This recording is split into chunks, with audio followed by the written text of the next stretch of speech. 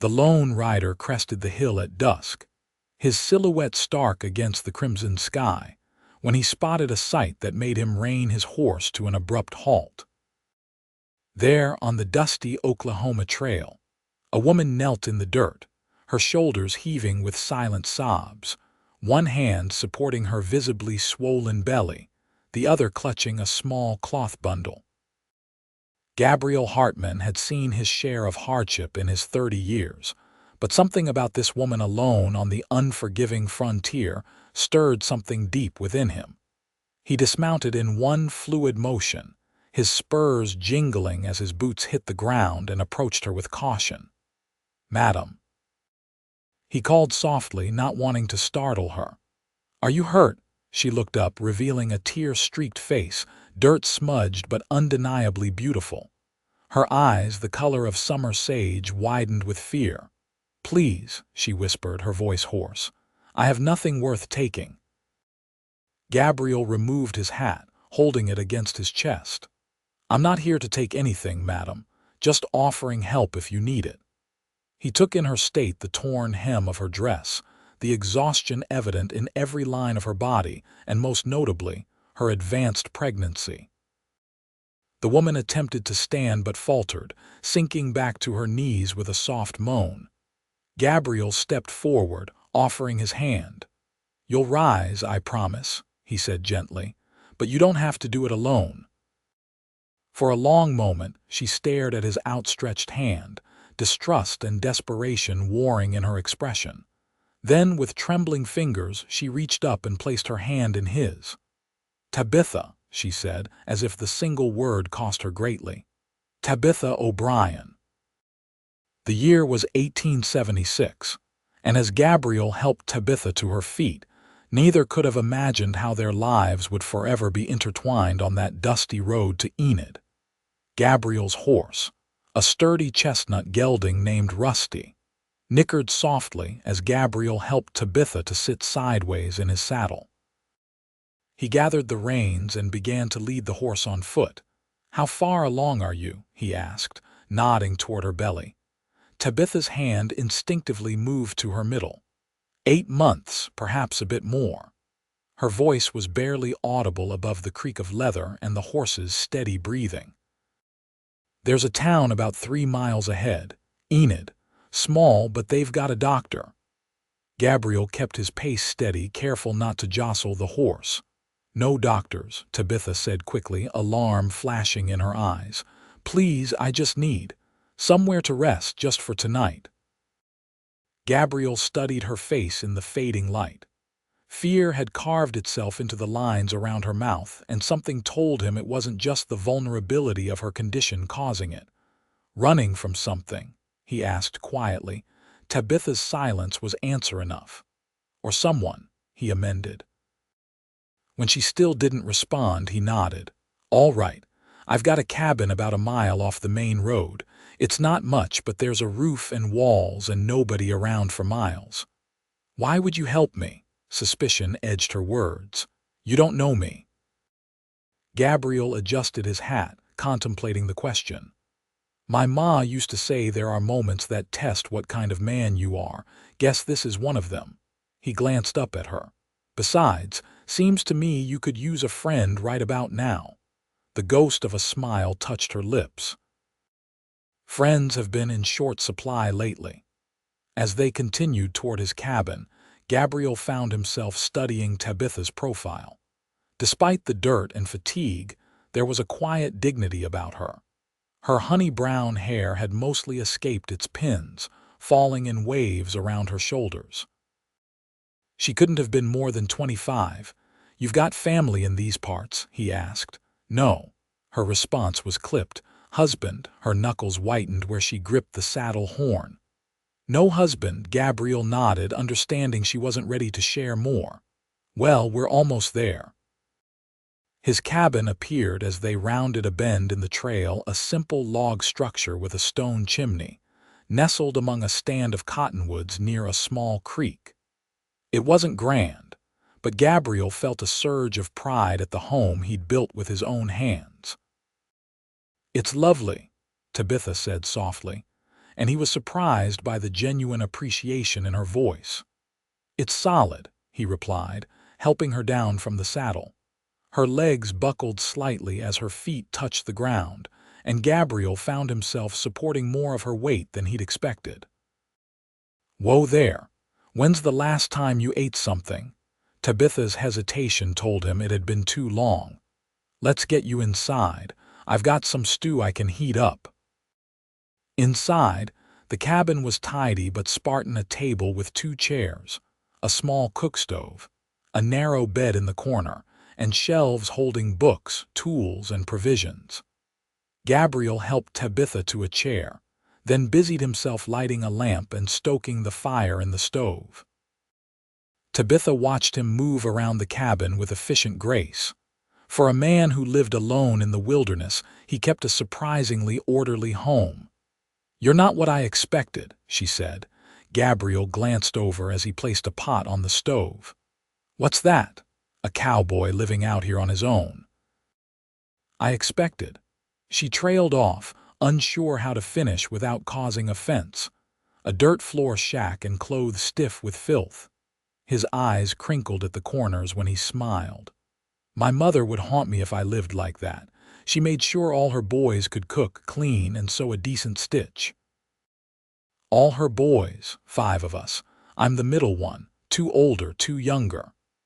Gabriel stirred the stew, releasing the aroma of meat and vegetables into the cabin. "The others scattered California, Colorado, back east. Our folks died of fever 10 years back." "I'm sorry," Tabitha said sincerely. Gabriel shrugged.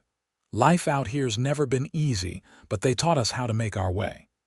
He ladled stew into a bowl and placed it before her with a chunk of bread. "Eat slowly. Your stomach won't be used to it if you've gone hungry." Tabitha nodded gratefully and took a small bite. The simple food tasted like heaven after days of nothing but a few dried biscuits and water from streams. "Thank you," she said after a few careful spoonfuls. "I don't know what would have happened if you hadn't come along." Gabriel sat across from her with his own bowl. "Where were you headed?" "Nowhere specific, just away." She set down her spoon. "I should tell you I have money, not much, but enough to pay for your help and supplies. I'm not looking for charity." "Wasn't offering any," Gabriel said evenly. "But maybe we could talk about that after you've rested." After the meal, Gabriel insisted Tabitha take his bed while he made do with blankets near the stove. She protested weakly, but exhaustion won out. Within minutes of lying down, she was asleep, her breathing deep and even. Gabriel watched the fire's dying embers, wondering what circumstances had brought a pregnant woman to her knees on a desolate road. Whatever her story, he sensed Tabitha O'Brien was carrying burdens heavier than just the child in her womb. Morning light filtered through the cabin's single window, rousing Tabitha from the deepest sleep she'd had in weeks. For a disorienting moment, she couldn't remember where she was. Then the events of the previous evening came rushing back: the cowboy, his kindness, the cabin. She eased herself up, wincing at the stiffness in her back. The cabin was empty, but a cup of water and some bread had been set on the table beside the bed. A folded piece of paper lay next to them. "Gone to check traps. Back soon. Rest. GH." Tabitha sipped the water gratefully, then rose to explore the cabin in daylight. It was more spacious than it had appeared in the dim lamplight. Bookshelves lined one wall, filled not just with practical manuals on farming and animal husbandry, but also volumes of poetry, history, and even a few novels. She ran her fingers along the spines, surprised. This Gabriel Hartman was certainly not the typical frontier cowboy. Outside, she heard a horse approach. Peering through the window, she saw Gabriel dismounting, a brace of rabbits slung over his shoulder. His movements were fluid and confident as he secured his horse and headed toward the cabin. Tabitha quickly moved away from the window, suddenly conscious of her disheveled appearance. She smoothed her dress and attempted to tame her hair with her fingers, though she wasn't sure why she cared what this stranger thought of her. The door opened, and Gabriel entered, removing his hat. "You're up. Good. How are you feeling?" "Better," Tabitha said, and realized it was true. "Thank you for the bed and the breakfast." Gabriel nodded, hanging his hat on a peg by the door. "Caught some rabbits, thought we could have stew again tonight, but maybe with fresher meat." "I can help prepare it," Tabitha offered. "I'm not helpless despite." She gestured to her belly. "Never thought you were," Gabriel replied. He hesitated, then added, "Listen, about your situation. I'm not one to pry, but if there's trouble following you, I ought to know." Tabitha sank back onto the edge of the bed, suddenly weary again. "It's complicated. Most things worth talking about are." Gabriel pulled up a chair and sat, keeping a respectful distance. Tabitha studied his face, the weathered lines around his eyes, the stubble darkening his jaw, but most of all, the patience in his gaze. Something about him made her want to trust him, despite all the reasons she shouldn't trust anyone. "I was working as a housekeeper for a family in Kansas City," she began hesitantly. "A wealthy family. The Donnellys." Mr. Donnelly was attentive. Mrs. Donnelly was often away visiting her sister in St. Louis. Gabriel's expression remained neutral, but she saw understanding dawn in his eyes. "At first it was just comments, looks. Then he started coming to my room at night." Tabitha's voice grew quieter. "I tried to refuse him. I did refuse him, but he said he'd have me thrown in jail if I didn't comply. He said no one would believe a servant over him." "And when you became with child?" Gabriel asked gently. "He threw me out, gave me $20 and told me if I ever came back or told anyone, he'd make sure I regretted it." Tabitha's hands trembled as she smoothed her dress. His wife had just discovered she was barren. The doctor confirmed it. "Mr. Donnelly couldn't risk her finding out about me, about the baby." Gabriel's jaw tightened. "So you've been on the run since then?" Tabitha nodded. "For nearly 3 months. The money ran out weeks ago. I've been doing odd jobs where I could washing, mending, but as I got further along." She gestured helplessly at her belly. "And the father, he doesn't know where you are." "No, but he's not a man who gives up easily. He has connections, money. If he finds out I had his child." Tabitha's eyes filled with tears. "He'd take the baby and make sure I disappeared." Gabriel stood abruptly, pacing to the window. His shoulders were tense with barely contained anger. "Men like that, they don't deserve the air they breathe." "I just want to get far enough away to start over," Tabitha said. "Somewhere he'd never think to look." Gabriel turned back to her. "Enid's a small town, but it's growing. Railroads coming through. People mind their own business mostly. You could blend in there." "I can't risk a town yet. Not until after the baby comes. I need somewhere isolated just until then." Gabriel was quiet for a long moment. "You could stay here." "It's as isolated as they come." Tabitha stared at him, searching for ulterior motives. "Why would you do that? You don't know me." "I know enough," Gabriel replied simply. "I know you're in trouble through no fault of your own. I know you're about to bring a child into this world and could use a safe place to do it." He rubbed the back of his neck, suddenly looking boyish. "And I know my mother would tan my hide from beyond the grave if I turned away someone in need." Tabitha felt tears threatening again. "I don't know how I'd repay you. We'll figure something out. Maybe you can teach me to cook something besides stew." The corner of his mouth lifted in a small smile. "But first, let's get you properly settled. This place could use a woman's touch anyhow." Over the next 2 weeks, a tentative routine developed. Gabriel would rise at dawn to tend to his horse and check his traps. Tabitha would prepare breakfast from the simple provisions they had. During the day, despite her condition, she insisted on contributing, mending Gabriel's clothes, organizing his shelves, and showing him how to make bread when he returned with flour from a supply run to Enid. They were careful with each other, maintaining an unspoken boundary. Gabriel never asked more questions about her past, and Tabitha never inquired why a man like him chose to live in such solitude. But in the quiet evenings, as they sat by the fire, conversation came more easily. "Did you always want to be a cowboy?" Tabitha asked one night, her hands busy with knitting needles Gabriel had brought back from town. Gabriel looked up from the boot he was mending. "Don't know that I'd call myself a proper cowboy anymore. Used to work cattle drives from Texas up to Kansas, but that was years back." "What changed?" He was quiet for a moment, his fingers pausing on the leather. "Lost someone, made me rethink some things." Tabitha nodded, not pressing. "I wanted to be a teacher once. Had even started training at a school for young ladies in Missouri." She smiled ruefully. Life had other plans. "You still could be, after."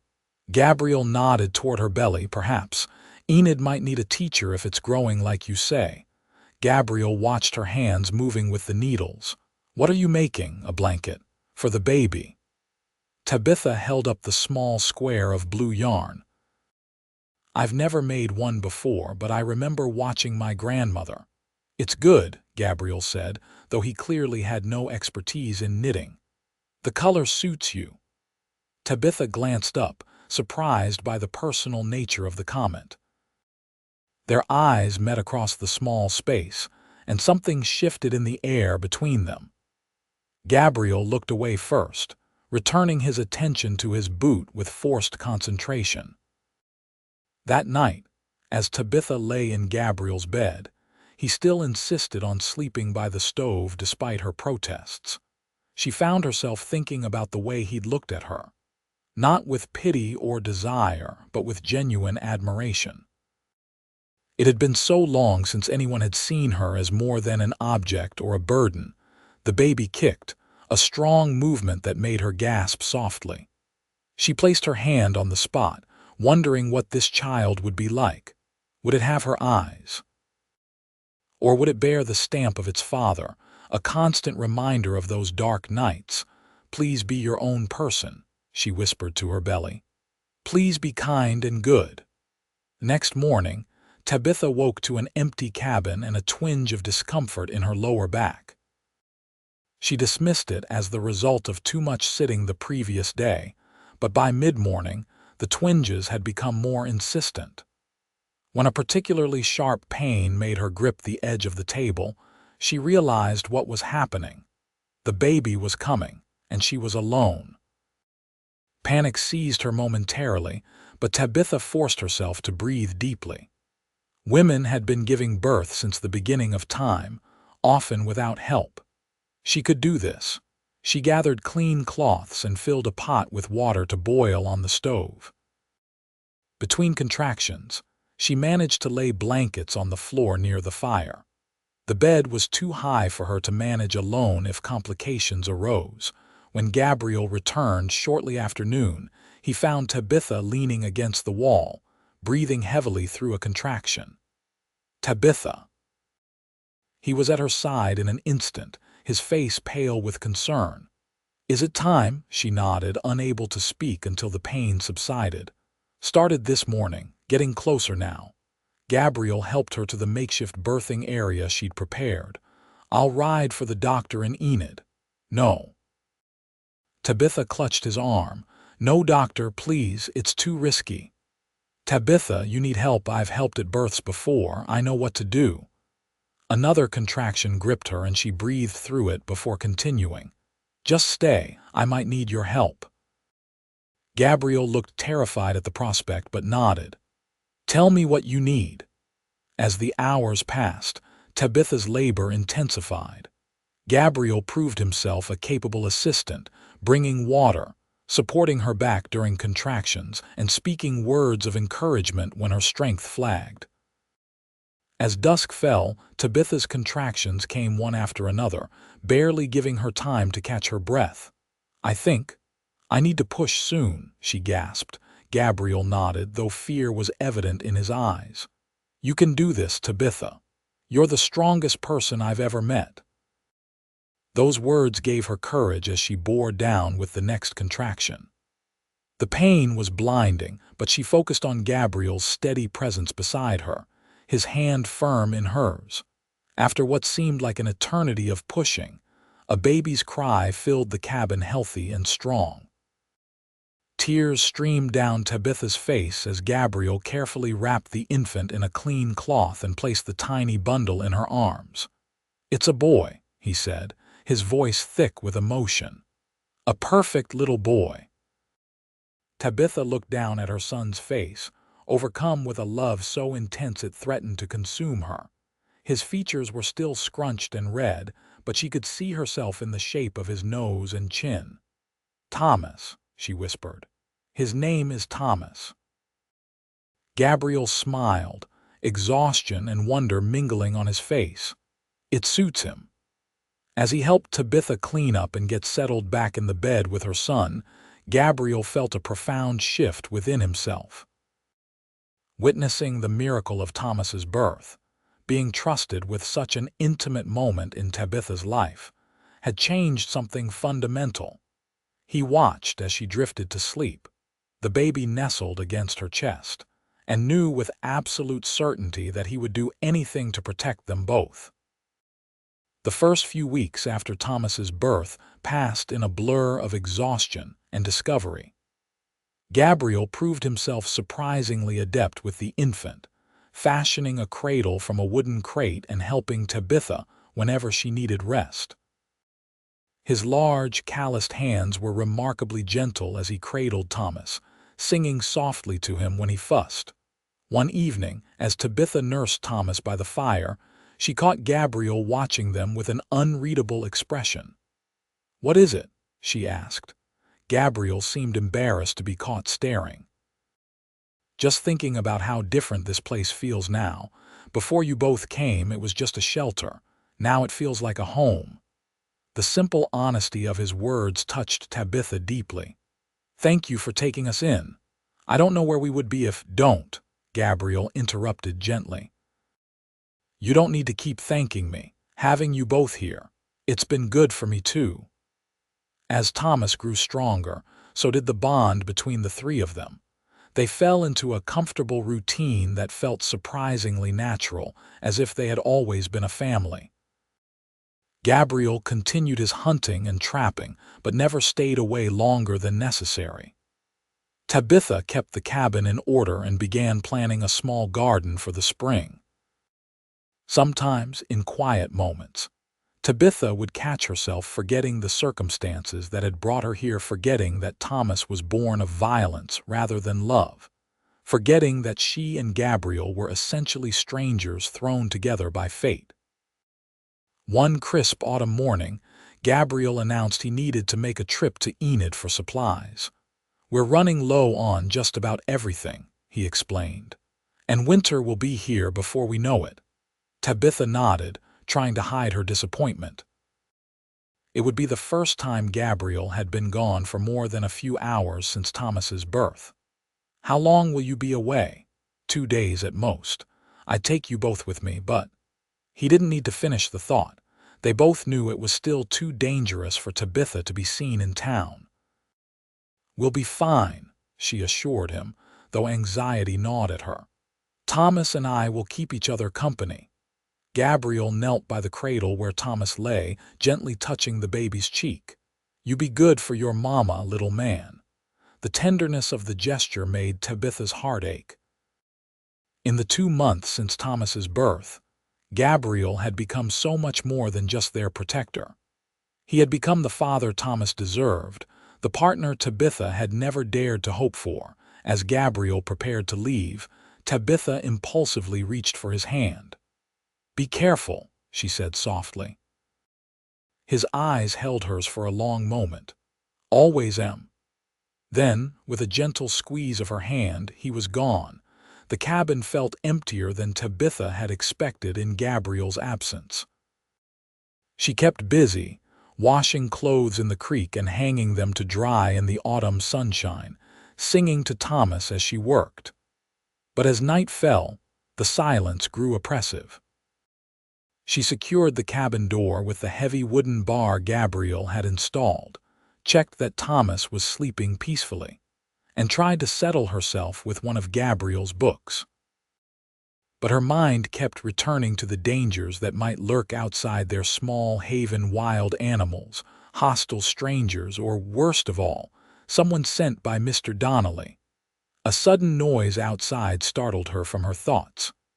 Tabitha froze, listening intently. It had sounded like a footstep on the porch. Heart pounding, she set the book aside and reached for the rifle Gabriel kept loaded by the door. He had shown her how to use it, insisting she know how to protect herself if necessary. Another sounded the creak of a floorboard just outside the door. Tabitha positioned herself between the door and Thomas's cradle, rifle raised. "Who's there?" she called, proud that her voice didn't tremble. No answer came, but she could feel a presence on the other side of the door. "I'm armed," she warned. "State your business or leave." After what felt like an eternity, a voice responded, one that sent ice through Tabitha's veins. "Open the door, Miss O'Brien. I believe you have something that belongs to me, Victor Donnelly." He had found her. Tabitha's grip tightened on the rifle. "Nothing here belongs to you. Leave now." A cold laugh came from the other side of the door. "The child is mine by blood. I have every right to claim him." "You forfeited any rights when you forced yourself on me," Tabitha spat, anger temporarily overcoming her fear. Such dramatics. Donnelly's voice was dangerously calm. "Open the door or I'll have my men break it down. I have 3 with me, all armed. You can't win this fight." Tabitha glanced desperately around the cabin. There was no back door, nowhere to hide. Thomas stirred in his cradle as if sensing his mother's distress.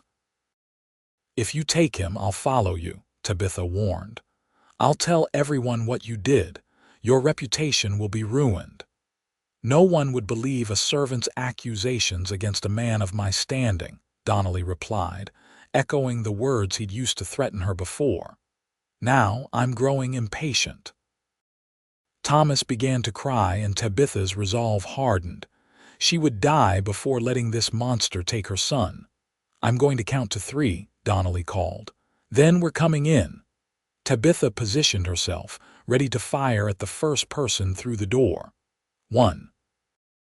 She steadied her breathing, remembering Gabriel's instructions. 2. The sound of approaching horses made Donnelly pause. Tabitha heard urgent whispers outside, then the retreat of footsteps from the porch. "This isn't over," Donnelly hissed through the door before departing. Moments later, a familiar voice called out, "Tabitha, it's me, Gabriel." Relief flooded her so intensely that her knees buckled. She lowered the rifle and rushed to unbar the door. Gabriel stood there, concern etched on his face. Behind him, 2 other men sat on horseback, watching the tree line warily. "Are you all right?" Gabriel asked urgently. "Thomas." "We're fine," Tabitha managed, though her voice shook. "How did you know?" Gabriel stepped inside, quickly scanning the cabin as if to verify they were truly unharmed. "I was in town, heard a man asking questions about a woman with a newborn, offering money for information. Description matched you too well to be coincidence." The other men dismounted and approached. Gabriel introduced them as the town marshal, Frank Wilcox, and his deputy, Jesse Murray. "Madam," Marshal Wilcox said, tipping his hat, "Gabriel tells me you've got trouble on your tail." Tabitha hesitated, looking to Gabriel. "You can trust them," he assured her. "Frank's a good man. I've known him for years."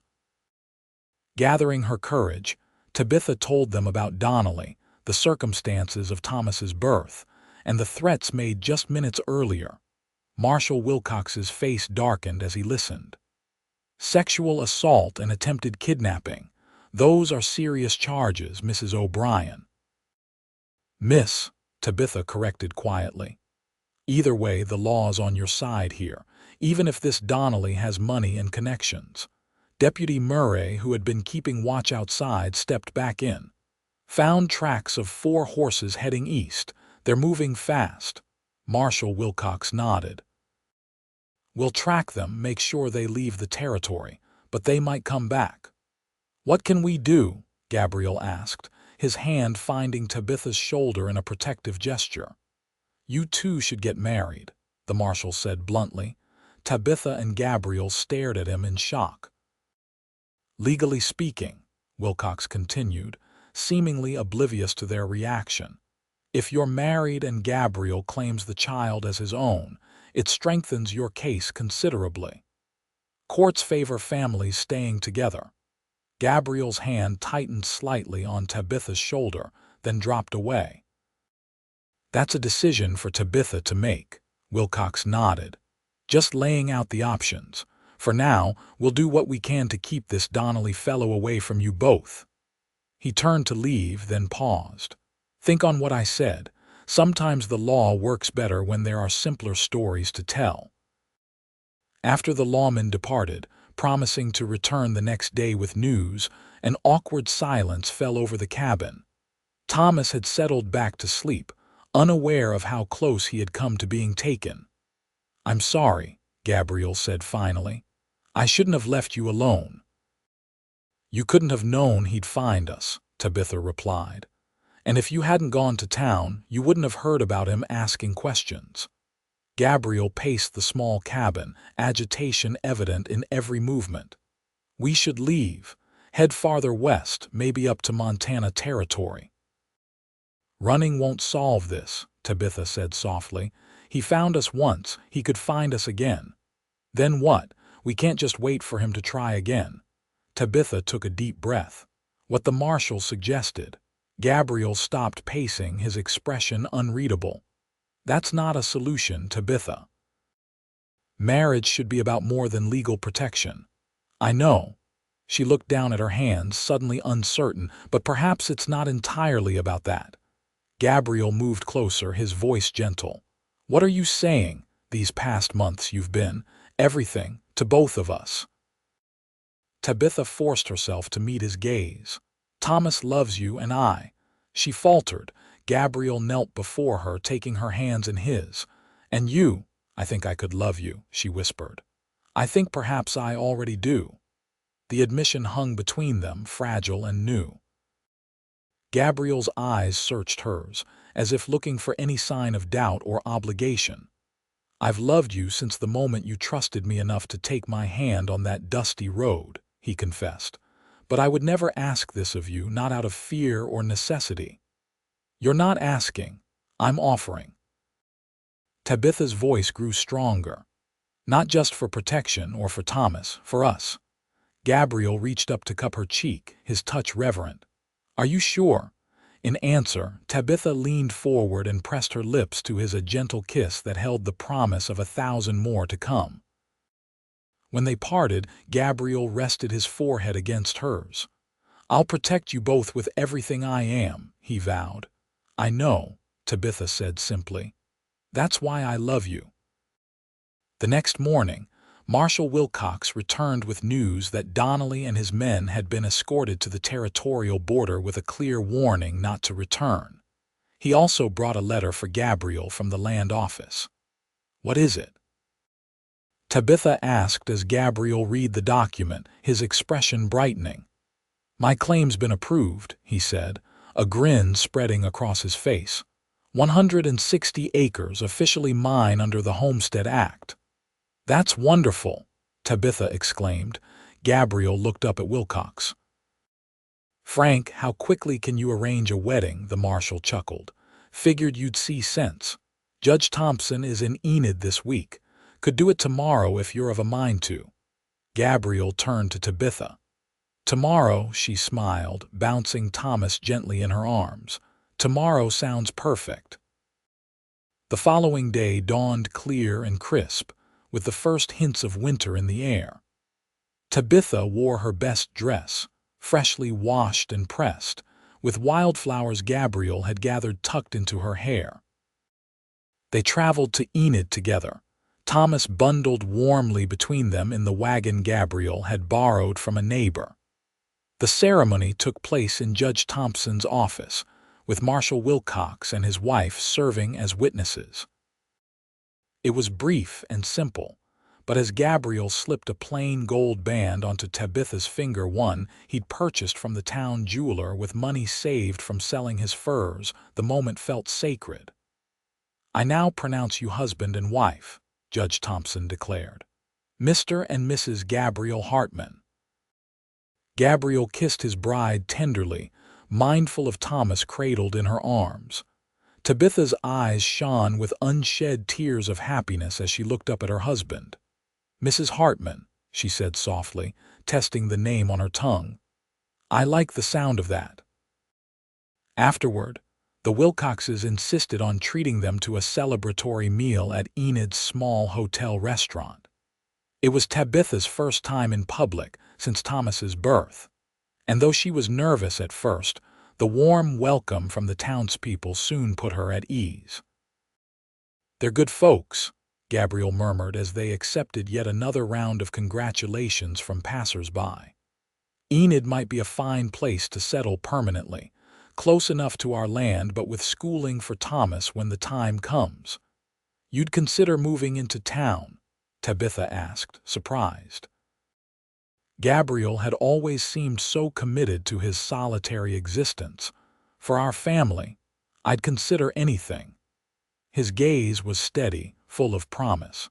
"Besides, that cabin's going to feel mighty small once we start adding more little Hartmans to the mix." Tabitha blushed, but the idea of more children born of love rather than force filled her heart with joy. "I'd like that," she admitted, "but not too soon. I want time for just the three of us first." Gabriel's hand found hers under the table, squeezing gently. "We have all the time in the world now."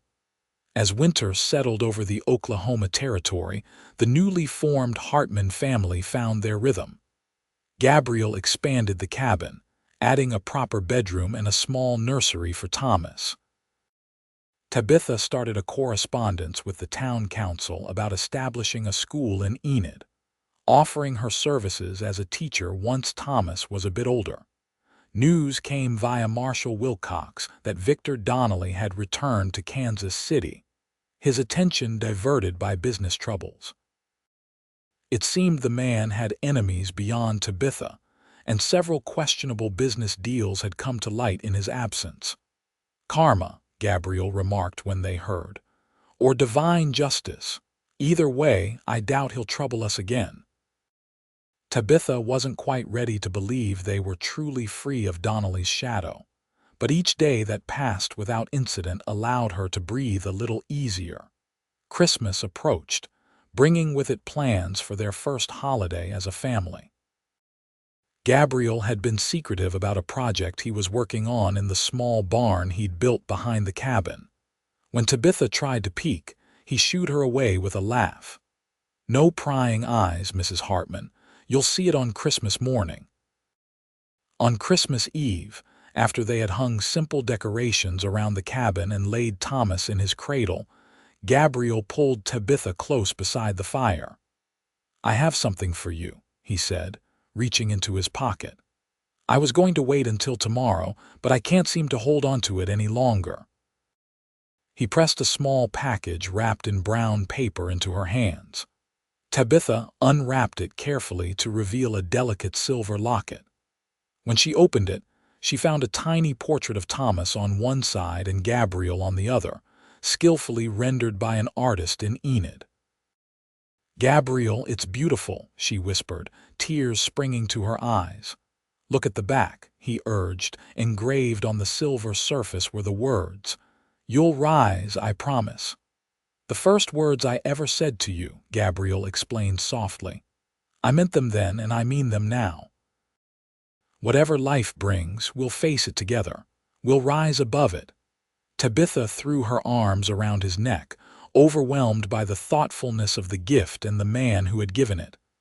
"I love you, Gabriel Hartman," she said fiercely. "More than I ever thought possible." His arms tightened around her. "And I love you, Tabitha Hartman. You and Thomas are my whole world." As they held each other in the firelight, Tabitha marveled at how far she had come from that desperate woman kneeling in the dust of a lonely road. Gabriel had kept his promise. She had risen, stronger and happier than she could have imagined. Christmas morning dawned with a blanket of fresh snow covering the landscape. After a simple breakfast and the exchange of modest gifts, Gabriel announced it was time for his surprise. "Close your eyes," he instructed, helping Tabitha into her coat while she balanced Thomas in her arms. "No peeking." He guided her carefully outside and across the yard to the barn. "All right, open them." Tabitha gasped at the sight before her. Gabriel had constructed a beautiful wooden rocking chair, intricately carved with vines and flowers along the arms and back. A matching smaller chair sat beside it. "The big one's for you, for when you're nursing Thomas or just want to sit and watch the sunset," Gabriel explained, a hint of nervousness in his voice. "The little one is for Thomas when he's bigger. I figured every child should have a chair that's just their size." Tabitha ran her hand over the smooth wood, amazed at the craftsmanship. "You made these. They're magnificent." Gabriel rubbed the back of his neck, pleased but embarrassed by her praise. "My pa was a carpenter before he took up ranching, taught me a few things. I've been working on them at night after you and Thomas were asleep." Tabitha sat in the larger chair, settling Thomas on her lap. The rocker moved with a gentle, soothing rhythm. "It's perfect," she said, smiling up at her husband. "Absolutely perfect." Gabriel knelt beside the chair, his hand coming to rest on Thomas's dark curls. "I was thinking, maybe this summer we could start building a proper house, something with more rooms, space to grow." "I'd like that," Tabitha said. "And maybe—" She hesitated, then continued. "Maybe by then we'll need that extra space." Gabriel's eyes widened as he caught her meaning. "Are you saying—" Tabitha nodded, her smile growing. "It's early days yet, but yes. Come summer, Thomas will have a brother or sister." With a whoop of joy, Gabriel lifted her and Thomas from the chair, spinning them in a careful circle. "Another baby," he marveled. "Our baby." "Our baby," Tabitha agreed, her heart full. "A child born from love right from the start." As they walked back to the cabin together, snowflakes began to fall gently around them. Tabitha looked up at the vast Oklahoma sky, then at her husband and son, and knew with absolute certainty that she had found her place in the world, not just a haven from the storms of her past, but a true home filled with love and promise. Spring of 1877 arrived with a riot of wildflowers across the prairie and new life stirring everywhere on the Hartman homestead. Tabitha's pregnancy progressed smoothly as her body, fully recovered from Thomas's birth, blossomed with their second child. Thomas, now 8 months old, was crawling everywhere and pulling himself up on furniture, his curious nature keeping both parents constantly vigilant. True to his word, Gabriel began construction on their new home as soon as the ground thawed.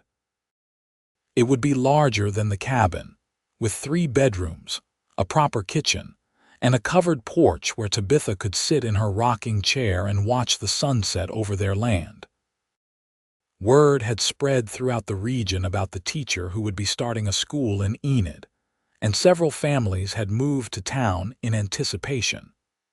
The town council had approved funds for a small schoolhouse to be built by autumn, with Tabitha appointed as the first teacher. "They're expecting 12 students to start," she told Gabriel excitedly after returning from a meeting in town. "Children from 5 to 15 years old."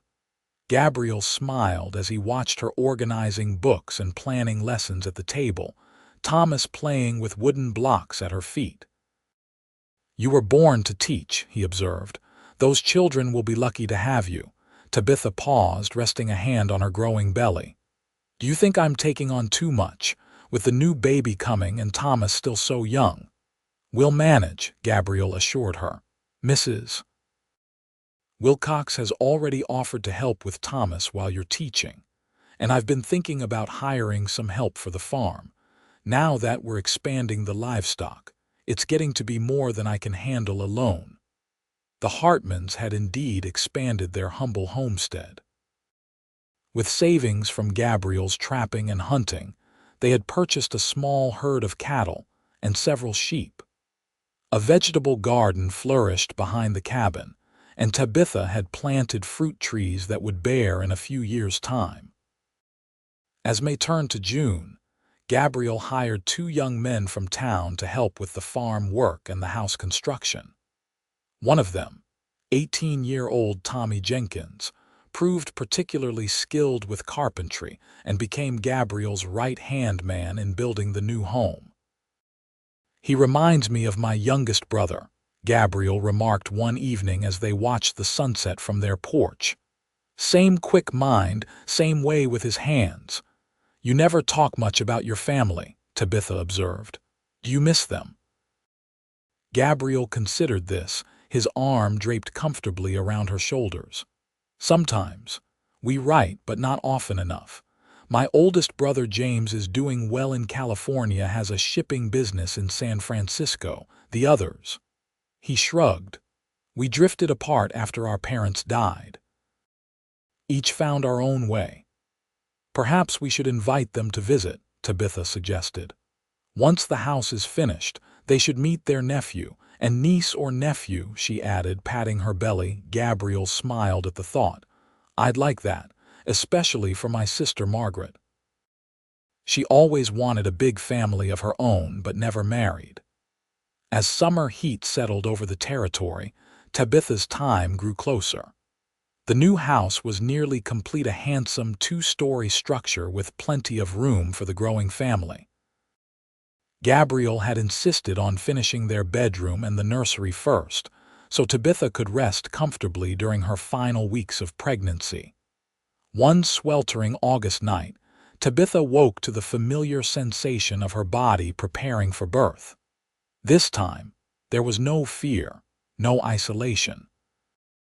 Gabriel was beside her, ready to send Tommy into town for the midwife they had arranged to attend the birth.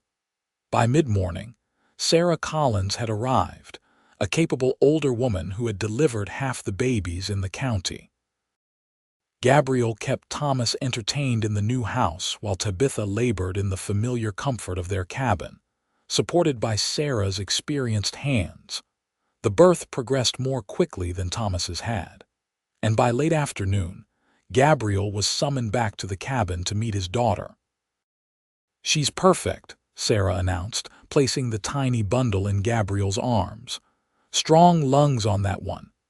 Gabriel stared in wonder at the infant, her face scrunched and red, wisps of auburn hair plastered to her head. "She has your hair," he told Tabitha, his voice thick with emotion. Tabitha smiled tiredly from the bed. "And your chin, I think." "What will you name her?" Sarah asked as she cleared away the birthing supplies. Gabriel looked to Tabitha, who nodded encouragingly. "Grace," he said. "Grace Margaret Hartman, after my sister and my mother." "A beautiful name for a beautiful girl," Sarah approved. "Now let's get Thomas in here to meet his sister." The sight of Thomas's wide-eyed fascination with the baby brought tears to Tabitha's eyes. The toddler reached out a cautious finger to touch Grace's cheek, then looked up at his parents with a gummy smile. "That's right, Thomas," Gabriel said, his arm around his son. "That's your little sister. You're going to help us take care of her, aren't you?" As Sarah departed and the family settled in together, Tabitha felt a contentment so profound it nearly overwhelmed her.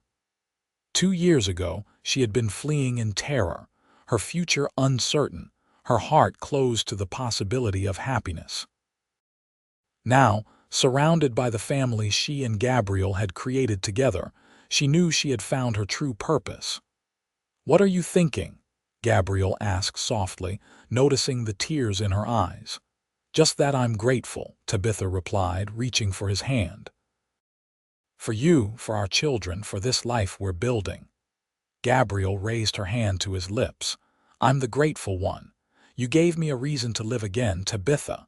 You and these little ones. The following week, they moved fully into the new house, leaving the cabin to serve as Gabriel's workshop. The town of Enid continued to grow as the railroad construction progressed, bringing new families and opportunities to the region. In September, with Grace thriving under her mother's care, Tabitha began teaching at the new schoolhouse in town.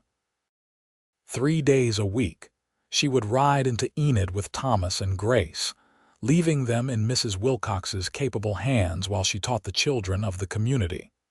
Her natural talent for education quickly became apparent, and by Christmas, enrollment had grown to 18 students.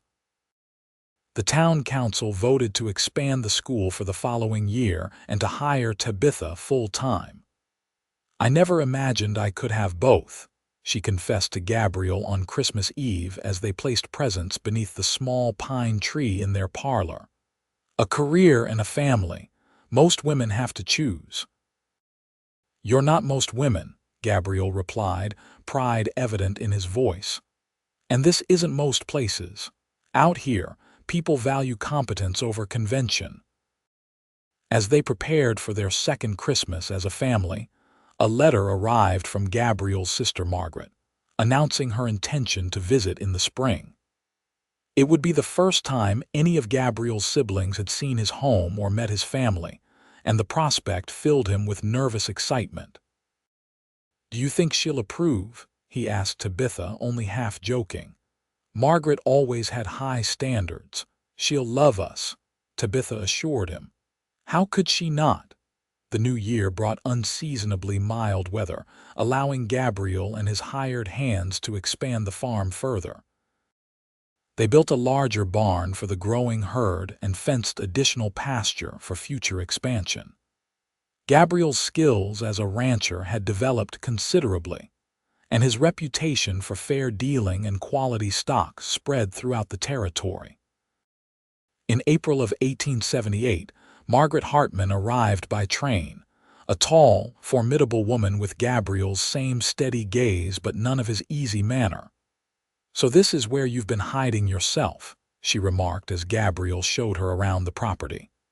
I must say, brother, you've done well for yourself. Her initial reserve melted quickly in the face of Thomas's cheerful babbling and Grace's solemn stare.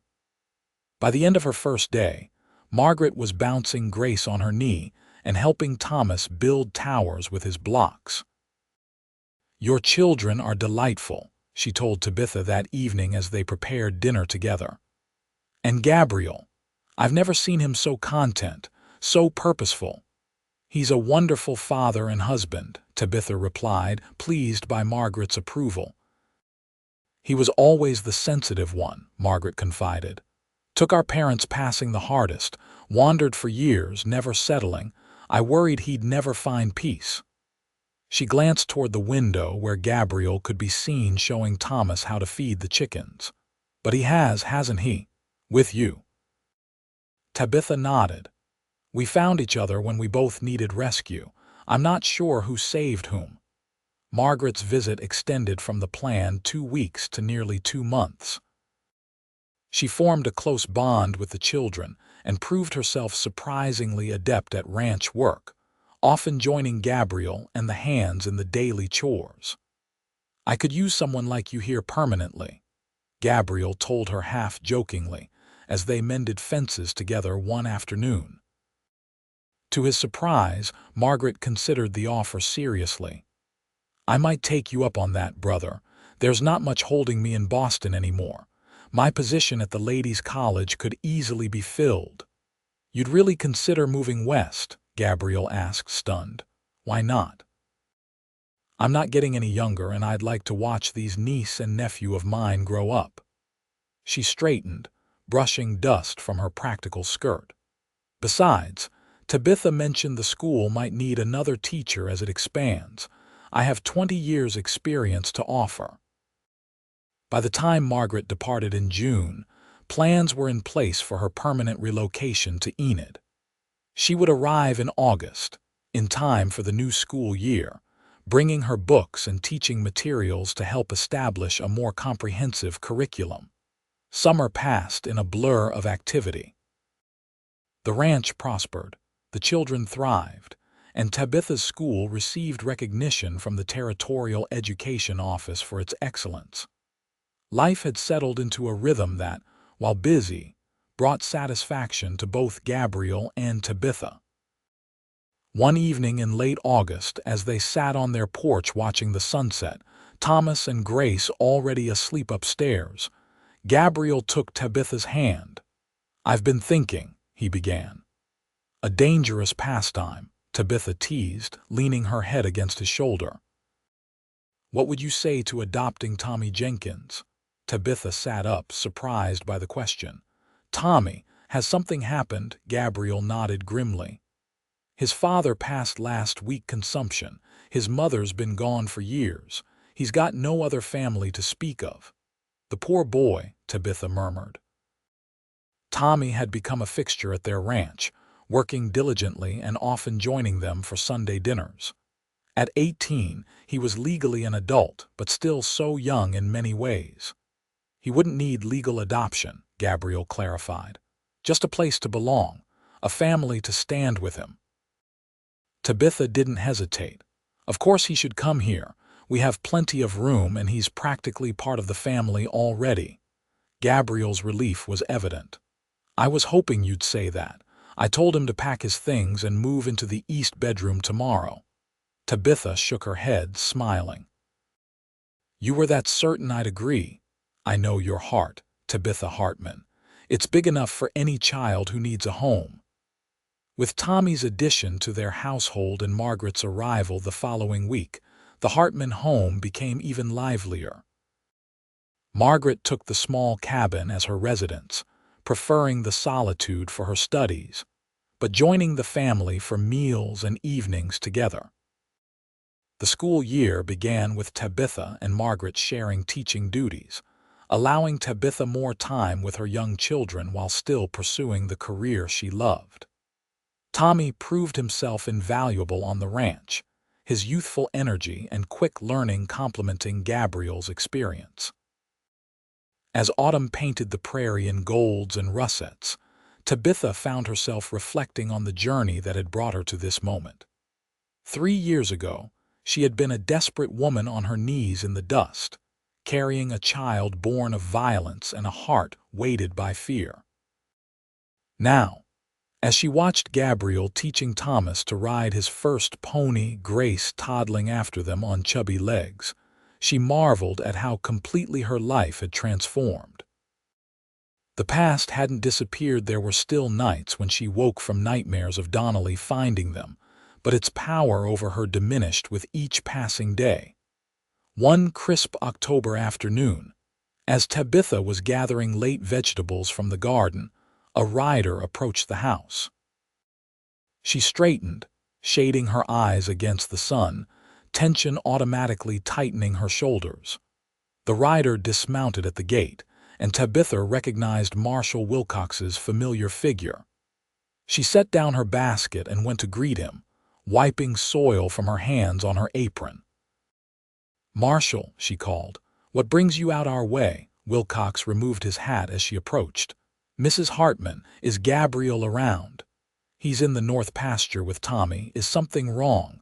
The marshal seemed to be weighing his words carefully. "Got some news I thought you both should hear." Might be best if Gabriel was present. A cold dread settled in Tabitha's stomach. "Please, Marshal, just tell me," Wilcox sighed. "Very well. I received a telegram from the authorities in Kansas City. Victor Donnelly is dead." The words didn't immediately register. Tabitha blinked, sure she had misheard. "Dead? Yes, madam. Apparently he had quite a few enemies. Was shot in some kind of business dispute last week." Wilcox watched her carefully. "I thought you should know, figured it might help you rest easier." Tabitha stood frozen, uncertain how to process this information. The man who had haunted her nightmares, who had threatened to steal her son, who had cast a shadow over her happiness for years gone. "Thank you for telling me," she managed finally. "Would you like to wait for Gabriel? I could send Tommy to fetch him." Wilcox shook his head.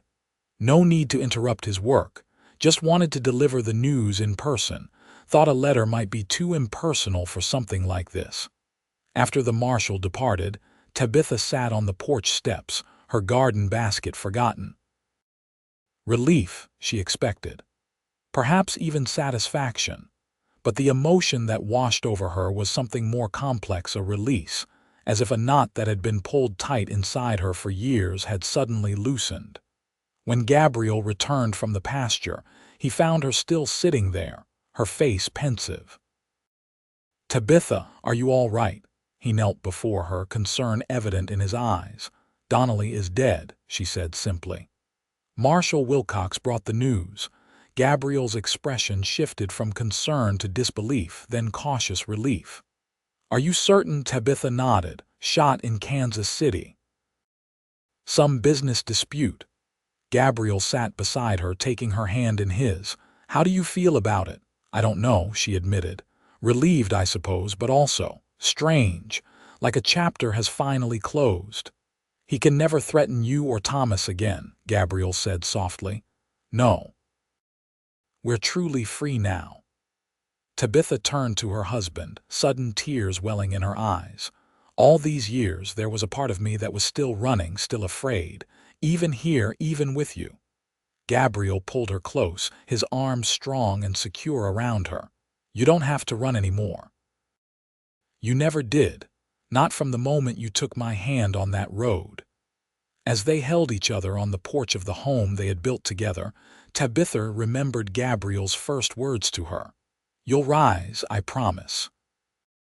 He had kept that promise, helping her find strength she never knew she possessed, building a life filled with love and purpose.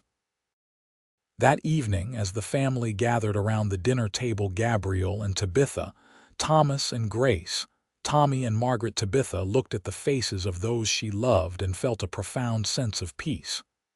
The past was finally, truly behind her. The future stretched ahead, bright with possibility. Later, after the children were asleep and the house had quieted, Gabriel found Tabitha on the porch, gazing up at the stars. "A penny for your thoughts," he said, wrapping a blanket around her shoulders against the autumn chill. "I was thinking about fate," she replied. "How the worst moment of my life, being cast out, pregnant and alone, led me to the best moments. To you." Gabriel sat beside her on the porch swing he had built the previous summer. "I've thought about that too. If I had taken a different trail that day, if I had passed by an hour earlier or later." "But you didn't," Tabitha said, leaning into his warmth. "You were there exactly when I needed you most. And I always will be." Gabriel's promise was as solid as the earth beneath them, as constant as the stars overhead. As the years passed, the Hartman ranch flourished, becoming one of the most prosperous in the territory. Thomas grew into a thoughtful young man with his mother's intelligence and his adoptive father's quiet strength. Grace developed a passion for horses and could ride better than most of the ranch hands by the time she was 10. Tommy Jenkins eventually took over management of the ranch's day-to-day operations, allowing Gabriel to focus on breeding and improving their stock. He married a local girl, built a small house on the Hartman property, and started a family of his own. Margaret Hartman became the principal of Enid's growing school, which by 1890 had expanded to include a high school where Tabitha taught literature and history. The two women transformed education in the region, with graduates of their school going on to universities as far away as Boston and New York. Tabitha's nightmares about Donnelly gradually faded until they no longer disturbed her sleep. The locket Gabriel had given her that first Christmas remained her most treasured possession, though it now contained updated portraits of her children alongside Gabriel's. On their 20th wedding anniversary in 1896, Gabriel surprised Tabitha with a journey to San Francisco to visit his brother James. It was the farthest Tabitha had ever traveled, and the sights of the bustling city by the bay thrilled her. But when the visit ended, she was more than ready to return to the open spaces and big skies of Oklahoma. "Did you ever think we'd build all this?" Gabriel asked as they stood together on their porch on a summer evening in 1897, watching their grandchildren playing in the yard, Tommy's 2 boys and Grace's infant daughter. Thomas, now 21 and recently graduated from the University of Oklahoma, sat on the steps discussing politics with Margaret. "Never," Tabitha admitted. "When you found me on that road, I was hoping merely to survive, to find a safe place for Thomas to be born. I never dared dream of happiness like this." Gabriel's arm tightened around her waist. At 51, his hair had silvered at the temples, and lines of experience mapped his face. But his eyes, those remarkable eyes that had looked upon her with such kindness on that desperate day, remained unchanged. "You know what I think," he said. "I think we saved each other." Tabitha smiled up at him, the love of 20 years deepening with each passing day. "I think you're right." As twilight settled over the land they had nurtured together, Tabitha Hartman thought of all the roads that had led to this moment, some dark and frightening, others bright with promise. But none more important than the dusty trail where a cowboy had found a pregnant woman on her knees, had offered his hand, and had made a promise that had shaped every day since. "You'll rise, I promise." And she had. They had risen together, building a life, a family, and a legacy of love that would endure long after they were gone.